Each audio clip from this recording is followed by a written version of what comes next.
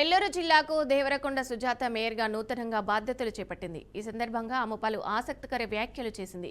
నెల్లూరు నగరాన్ని మరింత అభివృద్ధి చేసే విధంగా చర్యలు తీసుకుంటానని చెప్పారు. ఇక తనకు మేయర్ పదవినిచ్చిన మంత్రి నారాయణ, కోటంరెడ్డి శ్రీధర్ రెడ్డి, డిప్యూటీ మేయర్ రూప్ కుమార్ యాదవ్కు రుణపడి ఉంటానని అంటున్న నూతన మేయర్ సుజాతతో మా ప్రతినిధి Mallikarjun face to face. Nellore నగరాన్ని మరింత అభివృద్ధి పథంగా చేసేందుకు కృషి చేస్తుందని నూతనంగా ఎన్నికైన దేవరకొండ సుజాత మనతో ఉన్నారు. మేడం, ఈరోజు నూతన మేయర్గా మీరు ఎన్నికయ్యారు. అయితే నెల్లూరు నగరాన్ని ఏ విధంగా అభివృద్ధి పథంలో నడిపిస్తారు? నెల్లూరు నగర మేయర్గా నన్ను ఎన్నుకున్నందుకు పెద్దలందరికీ నా హృదయపూర్వక నమస్కారాలు.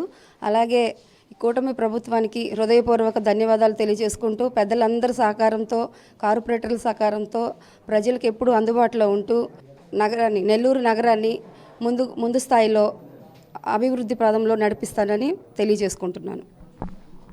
ఈ నూతన మేయర్గా ఈరోజు ఎన్నికైనందుకు మీరు చాలా సంతోషపడుతున్నారని తెలిసింది. కాకపోతే గత కొన్ని రోజుల నుంచి ఈ నూతన గిరిజనులకు దక్కాలని ఉన్నారు. కానీ ఈరోజు మీకు ఈ పదవి దక్కిన దానివల్ల మీరు కూటమి ప్రభుత్వానికి కృతజ్ఞతలు చాలా తెలియజేసుకుంటున్నాను. ఇంతకుముందు ముందే మాట ఇచ్చారు. మాకు 3 నెలల తర్వాత మిమ్మల్ని మేము కార్పొరేటర్గా ఎన్నుకుంటామని చెప్పడం జరిగింది. మేయర్గా ఎన్నుకోవటం జరుగుతుందని చెప్పారు. అలాగే ఇచ్చిన మాట తప్పకుండా ముందుగానే 2 నెలల లోపే నన్ను మేయర్గా ఎన్నుకున్నందుకు కుటుంబ ప్రభుత్వానికి కృతజ్ఞతలు తెలియజేసుకుంటూ సెలవు తీసుకున్నాను. మీకు ఉండేది కేవలం 9 నెలలు మాత్రమే. ఈ 9 నెలల నగరాన్ని ఏ విధంగా అభివృద్ధి పథంలో తీసుకుపోతారు?